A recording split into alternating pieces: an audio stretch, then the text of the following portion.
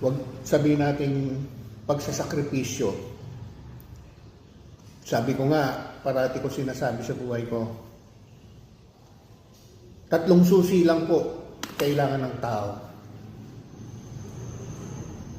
Kailangan ang unang susi, kailangan meron kang pangarap.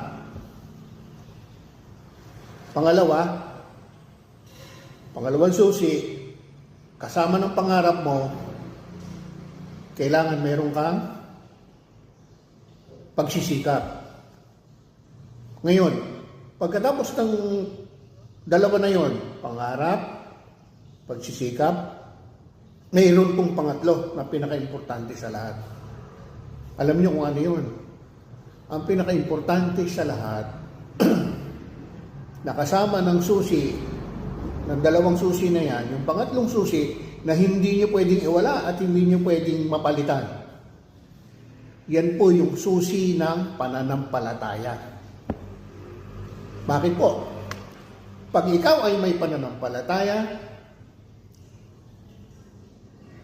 mas malilimitahan mo ang paggawa ng masama kasi hindi naman po natin pwedeng sabihin tayo perfecto na wala tayong nagagawang masama.